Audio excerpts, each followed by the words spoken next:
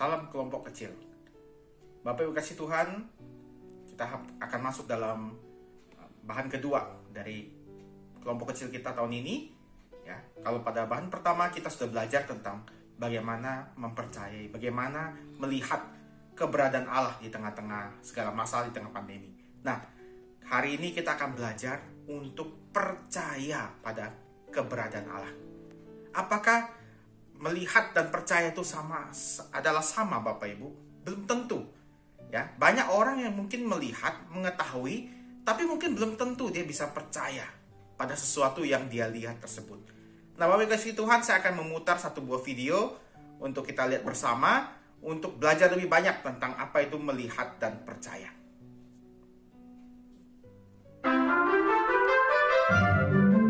Bapak Ibu kasih Tuhan, kita akan melihat cerita tentang seseorang yang bernama Blondin. Blondin ini, Bapak Ibu, adalah seorang pemain akrobat di awal tahun 1900-an ya. Dia adalah seorang yang sangat hebat, sangat berbakat untuk bermain akrobat, yaitu terutama berjalan di atas tali, Bapak Ibu ya, seperti yang kita lihat di gambar ini ya. Bahkan dia bisa bermacam-macam pose. Dia bisa memakai ekrang ya, kaki tambahan dari kayu. Dia bisa menutup mata sambil berjalan ya. Bahkan dia pernah memasak di tengah-tengah tali itu ya, di tengah-tengah ya. Nah, Bapak Ibu kasih Tuhan, dia adalah orang yang sangat fenomenal, sampai suatu saat ada anggota kerajaan Inggris yang datang melihat dia. Nah, kita lihat dia membawa kereta dorong gitu ya, gerobak dorong gitu ya. Wah, dia jalan dengan santai, seolah-olah dia jalan di tanah biasa, padahal dia jalan di atas tali. Semua orang terkesima, terkejut. Wah, hebat segala macam. Tapi kemudian Blondin berkata, "Apakah Anda percaya kalau saya hebat?" "Ya, percaya. Kami percaya Anda hebat. Apakah engkau mau ikut di dalam kereta itu, di dalam gerobak ini?" Tidak ada yang berani, Bapak Ibu ya. Bahkan ya, tamu yang agung ini nggak berani. Oh, dia nggak sanggup. Kemudian Blondin berkata, "Siapa di antara Anda semua yang hadir di tempat ini yang berani ikut saya?" Nggak ada yang berani, Bapak Ibu ya. Semuanya takut. Tiba-tiba ada satu orang ibu tua yang bersedia bersama dengan Blondin ya. Dia berjalan bersama Blondin ya. Dia naik gerobak dorong itu sampai ke tepian dengan selamat. Nah, Bapak Ibu kasih Tuhan, tadi kita lihat ada ibu yang berani ya naik di dalam gerobak dorong bersama Blondin. Nah, kenapa ibu itu berani, Bapak Ibu? Ternyata ibu tua itu adalah ibu dari Blondin sendiri. Yang dia percaya ya bahwa anaknya hebat, dan dia percaya bahwa di dalam tangan anaknya dia akan selamat. Dan memang tadi kita lihat di video dia selamat. Nah, Bapak Ibu kasih Tuhan, banyak mungkin di antara kita yang mungkin mengetahui, mungkin tahu kalau Tuhan itu ada. Tapi berapa banyak di antara kita yang bisa percaya sungguh-sungguh pada keberadaan Tuhan, terutama di tengah-tengah keadaan yang tidak menyenangkan, di tengah-tengah pandemi, Bapak Ibu. Nah, itu tidak banyak, Bapak Ibu ya. Maka hari ini kita akan belajar, pada kali ini kita akan belajar bagaimana sih kita bisa benar-benar mempercayai keberadaan Allah ya, supaya kita nanti sama-sama bisa seperti Ayub, Bapak Ibu ya. Ayub yang berkata, "Dulu aku mengenal Tuhan melalui cerita orang lain, tapi sekarang aku mengetahui, aku mengenal Tuhan dengan mataku sendiri." Ya, nanti ada ayat yang ditampilkan. Nah, Bapak Ibu kasih Tuhan, bagaimana sih cara kita untuk bisa percaya pada keberadaan Allah di tengah-tengah masalah, di tengah-tengah pandemi? Ada 2 poin yang hendak saya bagikan, Bapak Ibu. Yang pertama, belajar untuk yakin bahwa Allah itu selalu hadir di dalam penderitaan kita. Terkadang kita mungkin sulit mempercayai Allah karena kita tidak yakin Allah tuh hadir bersama kita. Kita merasa ketika kita ada masalah, dalam penderitaan, ya Tuhan tuh tahu saja, tahu, tapi dia jauh dari sana.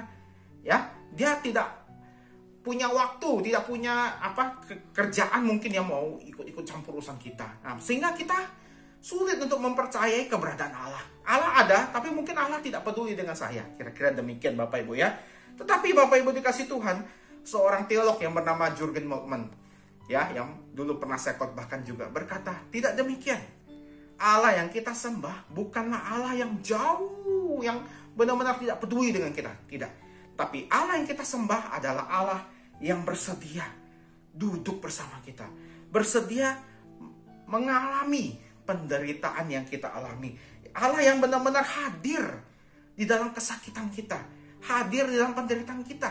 Dia bukanlah orang yang hanya memerintah untuk disembah, tapi dia juga orang atau sosok yang sungguh-sungguh mau merasakan penderitaan kita, Bapak Ibu kasih Tuhan ya. Jadi meskipun penderitaan kita begitu berat, tapi yakinlah Tuhan itu turut hadir dan terus menemani kita. Yang kedua, Bapak Ibu kasih Tuhan, bagaimana cara kita untuk percaya pada keberadaan Allah di tengah penderitaan, di tengah pandemi yang benar-benar merongrong kita semua. Yang kedua adalah mari kita belajar untuk melihat kelegaan yang Tuhan berikan pada kita. Nah, kadang-kadang di sini nih Bapak Ibu masalah kita.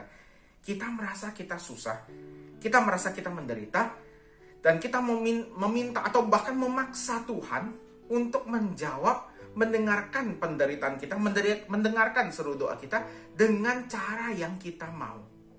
Sehingga ketika itu tidak ada, kita tidak mendapatkan kelegaan yang daripada Tuhan. Padahal, Bapak Ibu kasih Tuhan, Tuhan tuh berjanji bukan dalam Matius 11:28 dan ayat lain. Ya, mengatakan bahwa aku datang memberi kelegaan padamu. Nah, maka karena kita tidak merasakan kelegaan daripada Tuhan, kita tidak merasakan suatu penghiburan, beban yang terangkat oleh Tuhan, maka kita akan menjadi tidak percaya pada keberadaan Tuhan. Kita akan mengatakan, Tuhan tuh benar ada nggak ya? Mungkin Tuhan benar ada, tapi bagaimana saya bisa percaya bahwa Dia mengasihi saya? Bagaimana saya bisa percaya kalau Dia peduli dengan saya? Nah, maka itu rasakanlah kelegaan daripada Tuhan. Kalau kita tidak pernah merasakan kelegaan dari Tuhan, kita abai terhadap kelegaan dari Tuhan, dan kita mencari sesuatu yang lain, tentu saja kita tidak akan mendapatkan apa-apa, Bapak Ibu dikasih Tuhan ya. Nah, Tuhan sendiri berjanji di dalam Mazmur 46 ayat 2 ya, bahwa Dia selalu senantiasa mendengarkan kita dalam kesesakan kita. Ya, marilah kita belajar Bapak Ibu ya, seperti Ibu Blondin dalam video tadi. Belajar apa? Percaya. Bukan hanya tahu bahwa Tuhan hebat, bukan hanya tahu Tuhan ada, percaya bahwa Tuhan yang hebat itu tidak pernah meninggalkan kita, tidak pernah membiarkan kita menderita sendirian.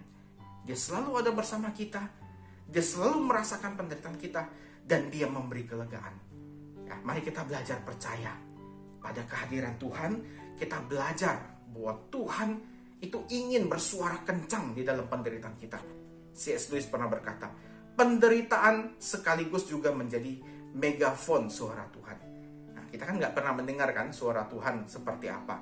Di dalam penderitaan inilah kita bisa mengenal suara Tuhan. Kita bisa percaya, sungguh-sungguh percaya pada sosok Tuhan yang tidak kelihatan. Mari Bapak Ibu kasih Tuhan, kita belajar ya untuk percaya pada keberadaan Tuhan, dan selamat berdiskusi dalam kelompok Anda masing-masing. Tuhan memberkati kita semua.